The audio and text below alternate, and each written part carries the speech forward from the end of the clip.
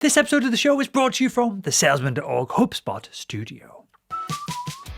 Coming up on today's episode of the Salesman podcast. A contract is, it's basically a memorialization of the relationship that you're trying to cultivate with that other party or person. There's two quick little things I want to mention there too. Typically legal and marketing are they're enemies inside a company because marketing's always trying to do something and legal's like, why did you say that? Why did you do that?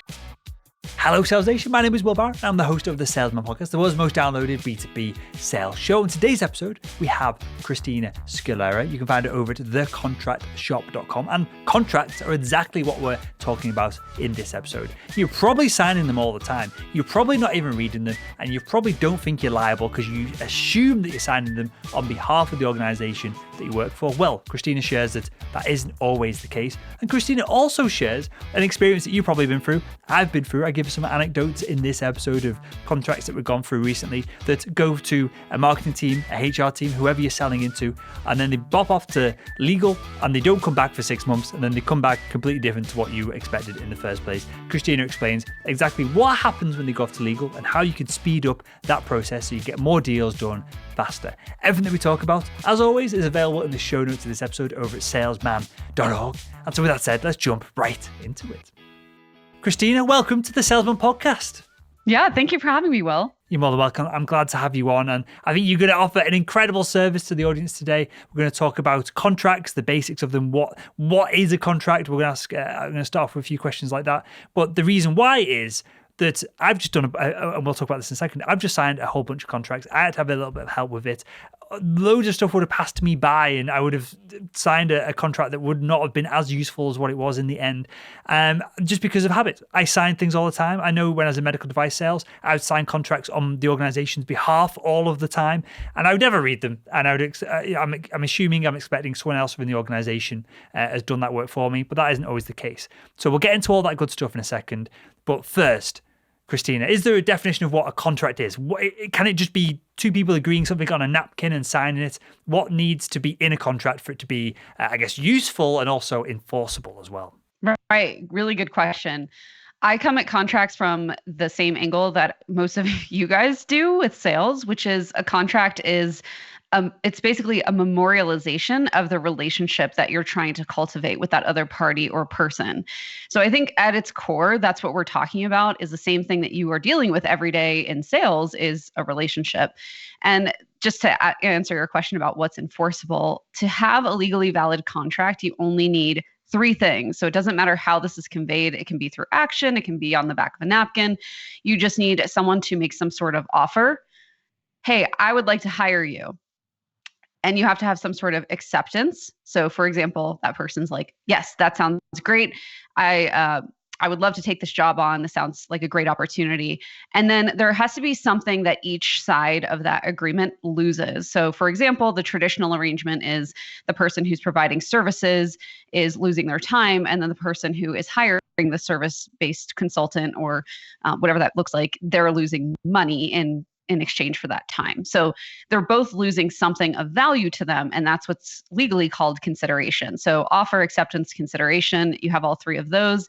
It doesn't matter if it's action-based, such as I'm like, hey, Will, would you like to paint my house? And you say nothing to me. You don't text me back. You don't email me. You just show up on Monday, you start painting my house. That's considered an acceptance. So you don't even have to have a written contract to technically have a legally enforceable agreement, which is why I think written contracts are so important, because obviously there's a lot more that can be conveyed even on the back of a napkin than just you showing up to paint my house.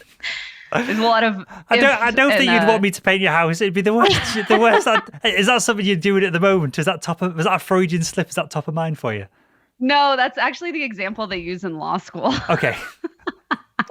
But yeah, I don't even have a house to paint, so I live in the city. I mean, painting your windows in Right. where you live. Right.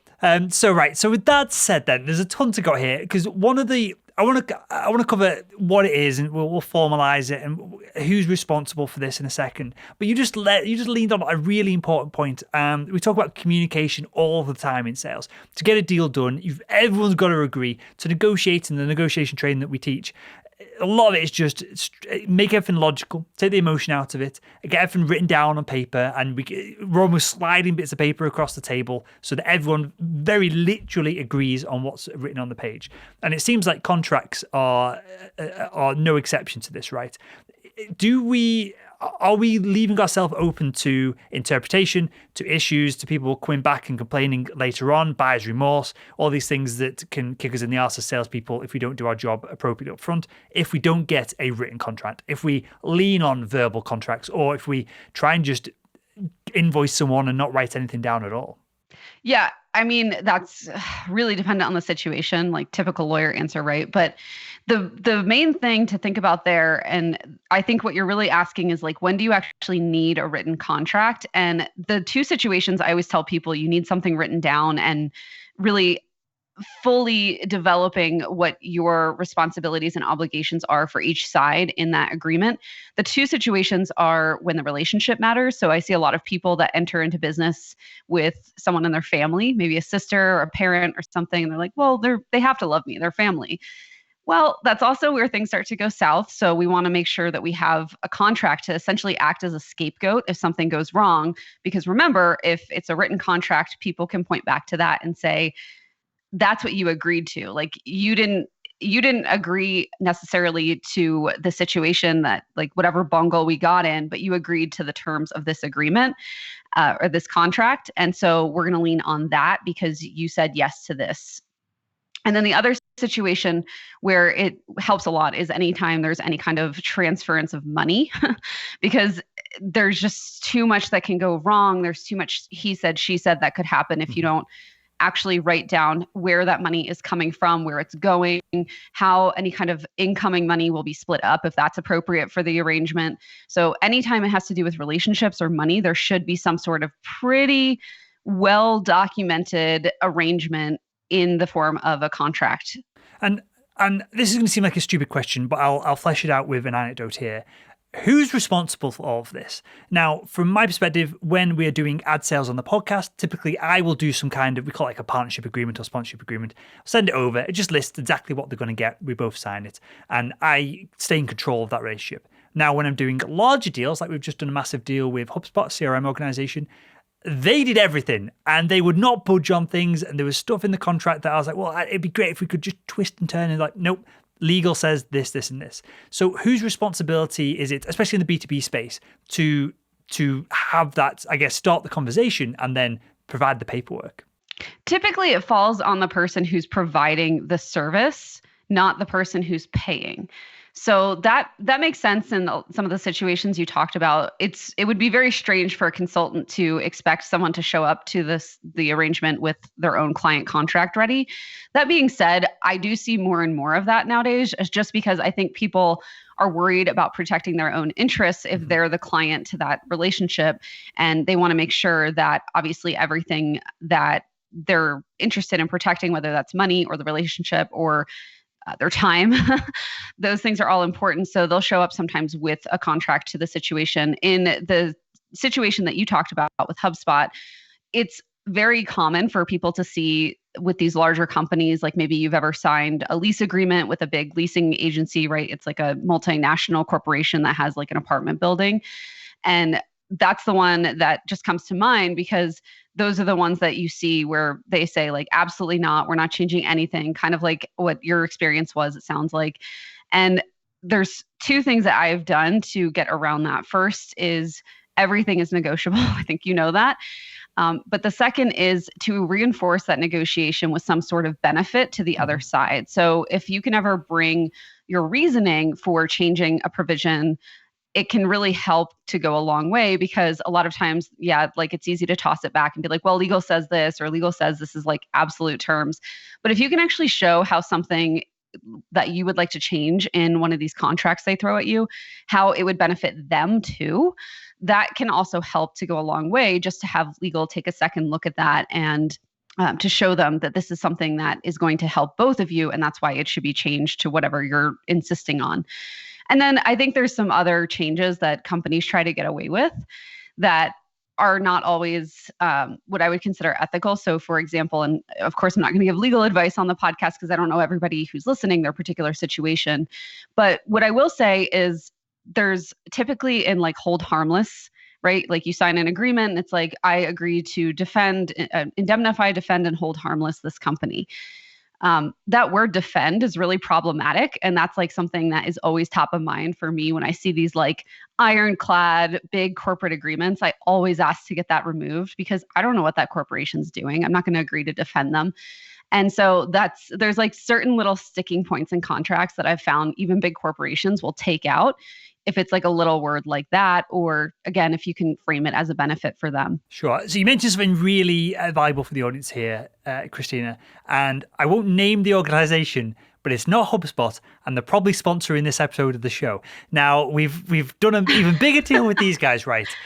Just in case this paints them in a bit of a bad light, which it shouldn't, because it's just business. And I found that there was one thing in this contract, and this is the contract I had to get a friend to look over, and he agreed. He came back and said, look, don't sign this until this and this change. So I went back to this brand and I said, hey, I can't sign this until this and this. And they said, well, they use this. This is what I want to ask you. Do people use, oh, legal said this and legal said that as an excuse?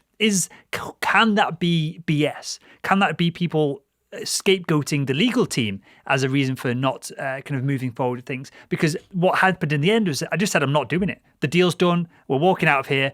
And then within a couple of days, they came back and the contract was more appropriately written. And it wasn't even a big deal. It was just the fact that they refused to change one thing. So I was like, hey, this sets the tone of the relationship moving forward. And now that there's a little bit of leeway, everyone was happy. So whether it's a purchasing team or a procurement team, executives, whoever is on the other end of these contracts that salespeople are trying to negotiate, do they just fob everything off onto the legal team? Do they BS that the legal team says that things can't be changed when maybe they can?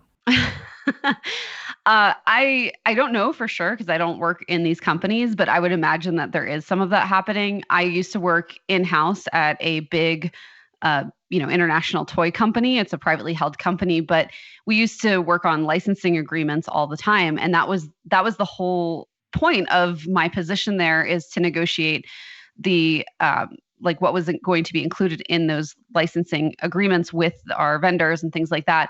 So I can tell you that any legitimate company that's running, even if they're privately held, they're not publicly traded and that kind of thing, even at that level, they're still employing some sort of legal team, whether that's in-house, like the one I was in, or outside counsel is what it's called when they hire the firm, or some combination of both. Typically, that's actually how we ran. And what the in-house counsel, like their whole job is to make these small tweaks and changes.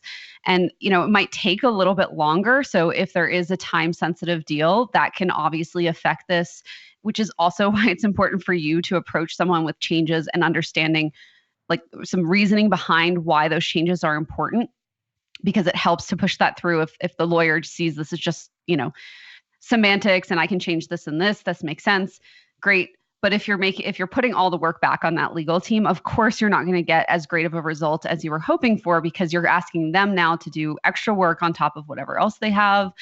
And they're taking time out of their schedule, which already is full of other things that they're working on. So they're less likely to get to it in a timely manner. So I don't know for sure if other companies are doing this, but I can say that, that was definitely the scapegoat excuse that the company I worked for would sometimes just throw out and be like, we got to send this to legal. And that would dissuade some people from asking for certain things, because obviously that would take more time. That would be potentially more more costly for them with their lawyers and their team, because typically they had a lawyer themselves, even if they were a small company. So yeah, I don't know how it works for everybody. I think it's going to be different for everyone, but that there's no doubt that that's happening at some level for some people. So just make it as advantageous to yourself by just assuming that they're going to come back and say no. And, just like in sales, overcoming that objection and giving them a good reason to go forward with the result that you would like to see instead. For sure. So I want to get into later on in the show how salespeople can really help the legal team, what they can do to make their jobs easier and to smooth over these deals. But before that, and I don't want to sound like we're just piling on top of people like your old career and people in these organizations, but sometimes it does feel like, Christina, that things go into this black hole of legal. They're in there for 2 weeks, and then randomly they get popped back out. Now, when I deal with a marketing team, I deal with a sales team, I deal with even the CFO, finance, and someone's direct finance, it seems to be, it's easier to communicate, it's easier to understand what's happening. It's clearly because there's multiple levels of expertise that go in the legal space that someone who's perhaps listened to the show, myself included, aren't familiar with. So what is actually happening? What happens when I say, I like these changes to the contract, and it goes off to this legal bubble, whether that's in-house or out of house? What's actually happening? And not that we're complaining that it takes so long. We're just trying to understand. I want to get from you the context of why it can take a few weeks to make these changes. Yeah, for sure. So from my experience, and again, it's going to be different at different companies, but what would happen with us is we would typically get, like, you would email the marketing team, who's the person you have a point of contact there, you're working with them, and you'd email them back the changes, and they would email it to the legal team, which would be, in my case, I think there were 3 of us lawyers and 3 or 4 lawyers there, and then a couple assistants and some paralegals. And so what would happen is the assistants would go through that inbox every day, which was getting, hundreds of emails a day, whether that was marketing or not just from the marketing department, but, newsletters, things like that, on top of any kind of request. And the assistants would flag what's important as high priority, and then they would flag medium, low priority. And typically requests like this get flagged as low priority because it's very little risk to the company who you're working with for them not to get back to you, right? Like, you either do the deal or you don't with them. They haven't lost out on a lot, versus like high priority is something that is actively in litigation and, has deadlines that if they're missed, there could be millions of dollars worth of fines. Our toys are spontaneously combusting. That's a priority for you, right? Yeah, I don't think we ever had that happen, but we did have some pretty gnarly litigation going on at one point. But yeah, so I think that's what's happening is it just gets marked low priority and then things start getting piled on top of it. So just like anything else, you have to be really diligent about staying on top of it. And I mean, I'm shameless. Like, if I needed to get in touch with someone, I would go on LinkedIn and I would find out who was in the legal department, because lawyers love telling you they're lawyers. So go find them on LinkedIn and find a different way to contact them. I mean, it's no skin off your back, especially if you're like, hey, I have this important thing. It's not going to take that much time. And actually in that situation, I would be looking for like the legal assistant to that lawyer, because, they're going to be the ones who want to help you if you're scratching their back, or like if you're just able to frame it in a way that helps them to see how important this is potentially to that legal department, even if it's not that important. Or if they just like you, right? Like you see they have, a Star Wars hat on or something, and you connect over that. So there's lots of different ways that you can be creative. That was actually what I did in law school. Is to get internships, I figured out, this was before LinkedIn, but I figured out who the general counsels were of these companies. And so like I almost got an internship at Neiman Marcus in Dallas. And it ended up not working out, but I still had like a great 2-hour phone call with the general counsel of that company, just giving me advice on my career, because this is like the backdoor approach that I took to write letters to people and just kind of explain why I wanted to help them. And then they wanted to help me out genuinely in return. So getting creative like that is definitely not off limits. And I know that you guys know LinkedIn. So and let me ask you this, Christina, this is again a weird question to ask perhaps, but is that appropriate? If you were an assistant paralegal, whoever, perhaps within the hierarchy below the main person that we'd like to deal with, would you feel uncomfortable if a salesperson, and we're not talking about a used car salesperson here trying to flog you random stuff.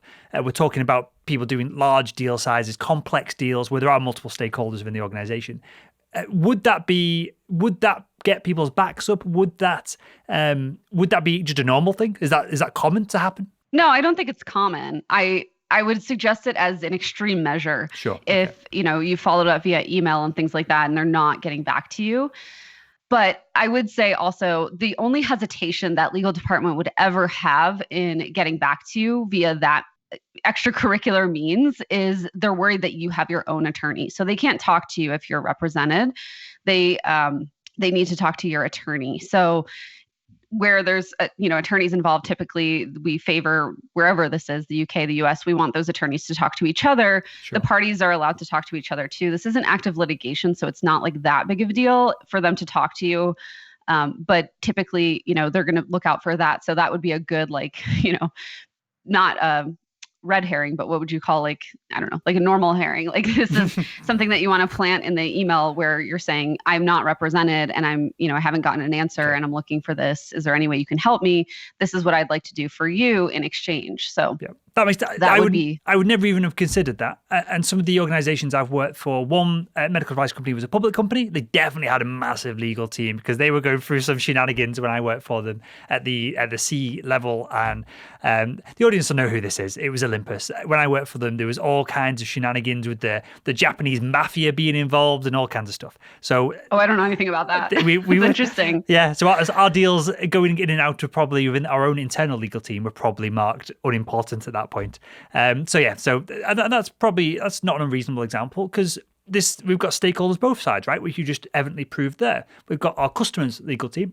We've got our own legal team. And I've had the same experience. The black box of legal, it just absorbs the thing. And it's probably because, as I said, it's just not a priority it's a priority for us. It's not a priority for them in that moment in time. I think that's really valuable to give us context to understand that. So that said, Go on. There's two quick little things I want to mention there too. Typically, legal and marketing are they're enemies inside a company because marketing's always trying to do something and legal's like, why did you say that? Why did you do that? So sometimes there can be some internal tension there. And then the second thing I would also say is, just like anything else in sales, try to find one person that can be your point person. So if you do happen to get someone on the phone early on, or a brand approaches you, try to get somebody on your team like that you have as a contact and not just legal at, company.com. So those are just two other quick little things. That is interesting. You mentioned legal and marketing being at loggerheads, right? And I can assume that sales is less of a pain in the arse because you can pass it down to that individual said it, as opposed to it's printed on a website that 20,000 people a day are seeing. Because I know sales and marketing are often at loggerheads because marketing wants salespeople to say stuff that is seemingly untrue or nonsensical, or a real human would not say a lot of the stuff that marketing try and get real human salespeople to say. So do you have any thoughts or experience on that dynamic? Because it seems like marketing are just a pain in the ass for everyone. Yeah, I know, right? Well, my dad was in sales at PepsiCo, and I'll deny it, although I'm recorded now, but he always used to say, like, it's so annoying, we make all the money, marketing just spends it. So, yeah, that makes sense. I don't know how it is at other companies, but what I will say is that I think it really depends on who is in charge of that marketing department. Because I remember there was this amazing woman, Ann Mukherjee, who was in charge of she's actually the one who came up with the what is it called? The Super Bowl, like, what is it? The commercial thing where, someone wins $1 million for coming up with the best Super Bowl commercial. She's the one who came up with that idea. And so, like, when she was in charge, I know it was like a much better dynamic and they loved each other. But yeah, I think that's not the norm. I think most companies are at, and fighting with marketing, whether it's legal, who's like, you can't say this on packaging, we're literally going to get sued, or if it's sales, who maybe has the sentiment that marketing's spending all the money that they're making. So I'm not sure how it works in most companies. I can only speak to the ones that I've been inside or have seen inside a little bit. But yeah, I definitely think that that's something that's underrated that we just take for granted. But there are more nuanced things happening here than just, legal won't get back to you. Yeah. And I think this is perhaps some of the problem. And it's a communication issue of, if I'm dealing with someone in marketing, this unnamed company that probably is sponsoring the show right this moment, that isn't HubSpot, I'm dealing with someone in the marketing. I'm dealing with the VP of marketing at a massive organization. And I feel like, and you're making this clear for me now that there is other things at play, but everything, budget, done. Budget, hundreds of thousands of dollars, done. No problem. Sign off on it. It's there. What else? Marketing collateral. Okay, there's a team of 4 people working on it right now. It's going to be with you next week. All of these amazing video assets, branding assets, social media assets, done.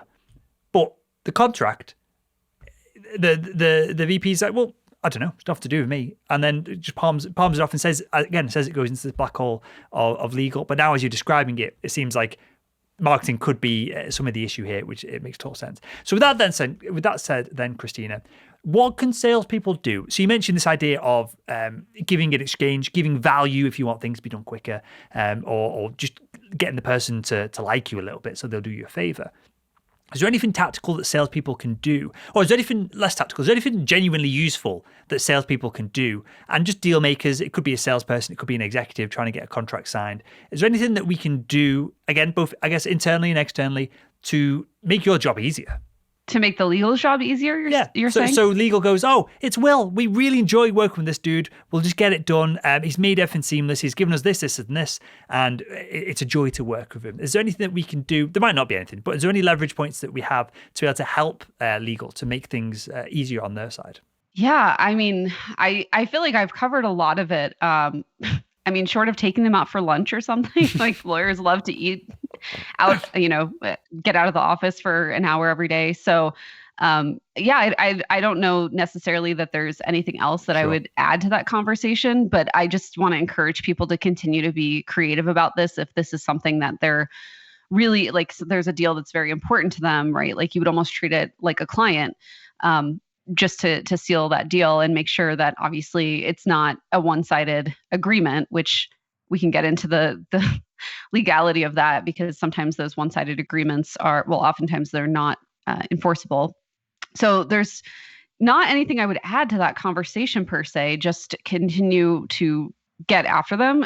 Maybe come up with a system for yourself. If you're not a very organized person, I think it helps to have some sort of calendar reminder or like sales docketing system to see where you're at in the process with all these different brand deals and things like that you might be trying to close.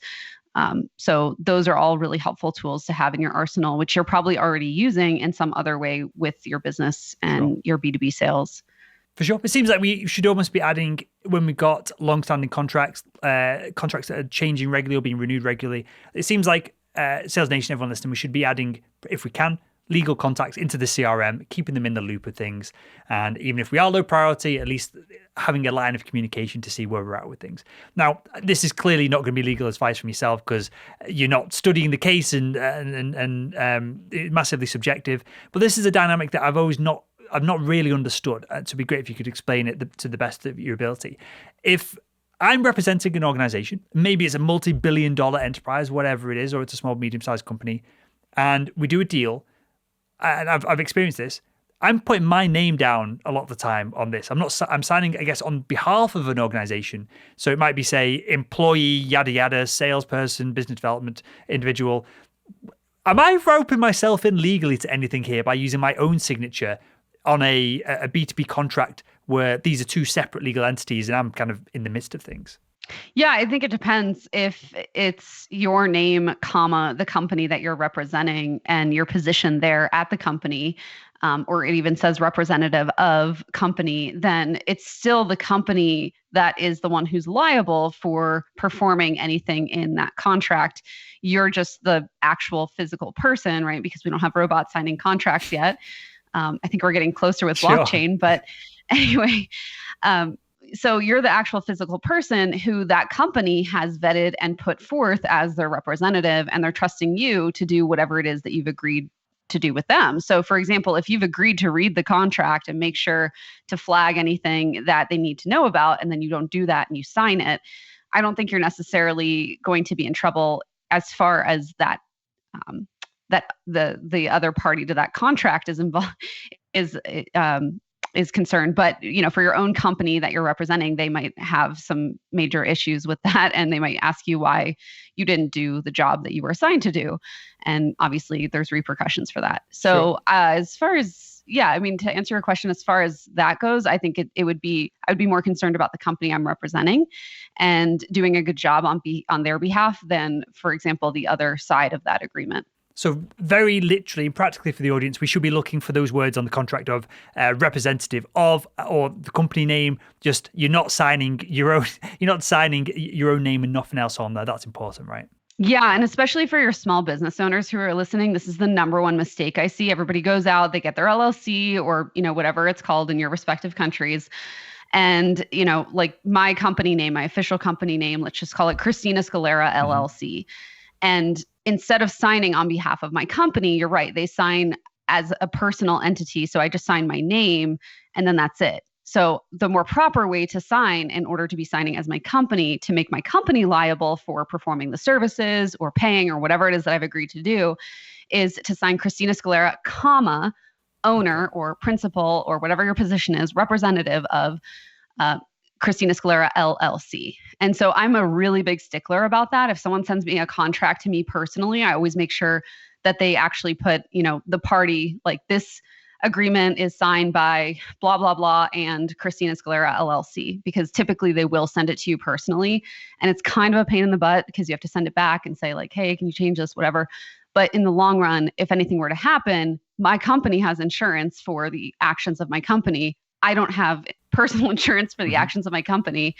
And so that's why that's important. That is, that alone is worth the admission to this episode, Christina, in that I've worked for, multi-billion-dollar medical device companies. I've signed all kinds of things I've never read. I've never put the organization after the fact. And again, medical device companies, the lawsuits here could be in the millions. We're not faffing around at this point. So that is incredibly valuable for the audience. And something that I need to go look at some contracts I've signed recently and just double down and make sure that's the case. You can always make an amendment. Sure. And with that, then we'll wrap up with this, Christina. What happens if S does hit the fan a little bit with this?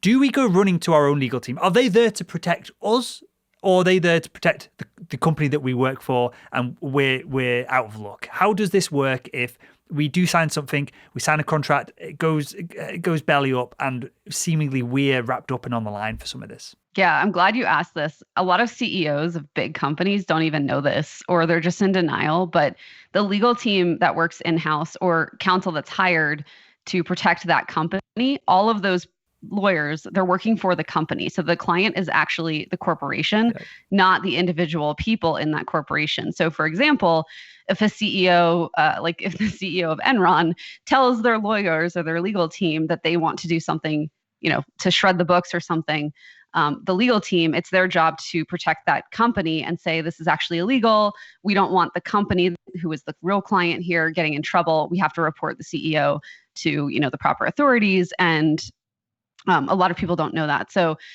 yeah, the company, even though it's not walking around, breathing, talking, it is the client when you have an in-house legal team or if a firm is retained to represent that company. And so you have to have your own because it seems like as a small business owner, I understand some of this, having a kind of limited liability company here in the UK. But can you just, to finally wrap up here, Christina, explain this idea of a company being an entity? What is a company a person? Do they have rights? And what does this look like when we are signing agreements between entity to entity? What is an entity in a kind of layman's terms? Sure. I feel like this is like a trick question, like a pop question for a law school test. But essentially, in its simplest terms, an entity is a new person in the form in the eyes of the law. So the law is going to treat it as someone that can be sued if they can be a defendant. It can be someone who owes taxes. It can be someone who can enter into these agreements. It is someone who obviously is a representative of lots of different interests and things like that. So in the eyes of the law, you really are creating a new person. But with a huge asterisk there, this is actually like something of legal debate, is whether, like a company who pollutes can be charged as a person instead of a company. So this is a gross oversimplification. I just want to caveat that for the lawyer who's in the audience who's listening and, he or she is like, no, that's not. But yes, so in the eyes of the law, it is a new person who pays taxes separate and apart from you personally, who has different rights and obligations, and obviously has different interests potentially than even the owners of the company, even if it's like a one-person company. Sure. Does that make sense? That makes total sense. And this is how I try and wrap my head around it. I now work for an organization that I'm the sole director of, so I own, but it's not me. But then that could be sued, and I can't. So it confuses me. So I'm sure that will be useful for the audience to wrap their heads around it. And the reason I ask you all, sorry, go on. Yeah, one thing I would just want to say again, I'm not telling anyone they need to do this. This isn't legal advice, but one of the best things I think you can do for yourself as a professional or as someone who owns a company is to look into purchasing professional liability insurance, sometimes called errors and omissions. And this is a really important, but also can kind of be a little pricey. So this isn't obviously for beginners, but it's a really great insurance policy to have to protect you from anything that could happen as you are signing these agreements. And then just to tack on to that, cyber liability, which is a very new form of insurance, very inexpensive, typically a couple hundred bucks or pounds a year. So that would be a great addition as well. So these are two really cost-effective ways for you to make sure that you're not messing up without even hiring a lawyer. For sure, that makes total sense. And the reason I ask you all of this, a lot of that at the end of the show there, Christina, is that I really want to drill down the point that, and you said it perfectly, the legal team is represented the company. We find this with HR, if there's issues internally. The HR team is there to protect the company. Your boss is there to protect the company. You're out on your own if you screw up. And so that's why I think it's really important. You've given us a ton of real, actionable, practical advice here to make sure that we're doing things correctly. Because... Can I just add one thing, Will? Of course you can. Okay, sorry. So you brought up a really good point, and I just want to point this out, where use the same things that lawyers are doing. The company is there, yes, to protect its own interests, but like you can totally lean on those departments that you just mentioned to cover your own butt. So emailing them, having that paper trail, asking them if something is okay, getting them to say, yes, that's okay, or, having the evidence that you emailed them 5 times and they never responded. Like these are all things that can help you. So it doesn't take much effort. I mean, it's probably stuff that you're already doing, but just having that email trail instead of, phone calls or text messages that aren't as easy to trace can also help you too. Plus, it might give you the answers you're looking for if you're able to get in touch with these departments. For sure. Again, I love it. That paper trail, incredibly important. Obviously, hopefully it's more difficult to shred emails than it is to shred Enron's paperwork in the back room. That was a long time ago. Yeah. I think so. So with that, Christina, I really enjoyed the conversation. I think you've added a ton of value to the audience. Tell us where we can find out more about you and everything that you're up to. Sure. It's all on thecontractshop.com, and that will give you everything that you need to know about contracts and running your small business. Amazing stuff. Well, we'll link to that website, some of your social media profiles, all that good stuff over in the show notes of this episode over at salesman.org. And with that, Christina, 2 things. I want to thank you for your insights. And I also want to thank you for coming on to a B2B sales show to talk about something that you probably was like, what the heck does he want to talk about with me? I'm not a B2B salesperson or expert in that space myself, but this was incredibly valuable for the audience. So I appreciate you taking perhaps that little bit of leap of faith to join us. And with that, I want to thank you for joining us on the Salesman podcast. Thank you, Will. It's been such an honor.